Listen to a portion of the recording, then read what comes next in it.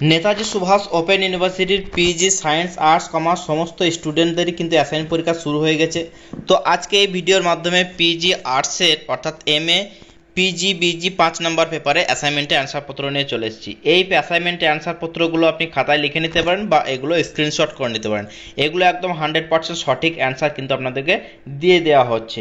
তো এই প্রসঙ্গে জানিয়ে রাখি, PG all subject science arts commerce সমস্ত সাবজেক্টেরই সব থেকে কম মূল্যে 100% সঠিক এবং 100% কমন অ্যাসাইনমেন্টে অ্যান্সার পত্র পেতে আপনারা এসআর ইনস্টিটিউটে যোগাযোগ করতে পারেন।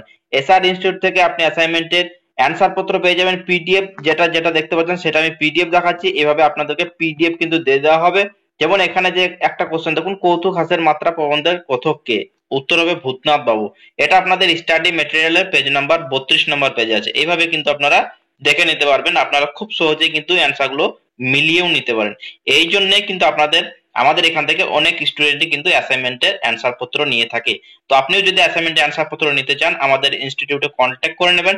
স্ক্রিনের মধ্যে নাম্বার দেখতে পাচ্ছেন, সেই নম্বরে কল অথবা হোয়াটসঅ্যাপ করে নেবেন। অথবা যদি আপনি কর্মসূচিতে ব্যস্ত থাকেন, তাহলে আমাদের বিষয়ভিত্তিক শিক্ষককে দিয়েও কিন্তু আপনার অ্যাসাইনমেন্ট পরীক্ষা সাবমিট করাতে পারেন। সেক্ষেত্রে সমস্ত দায়িত্ব আমাদের থাকবে, আপনাদের কোনো কিছু করতে হবে না। আর পিজি সায়েন্স আর্টস কমার্স সমস্ত বিষয়ের অ্যাসাইনমেন্টের উত্তর পেতে আপনারা এসআর ইনস্টিটিউটে যোগাযোগ করে নেবেন।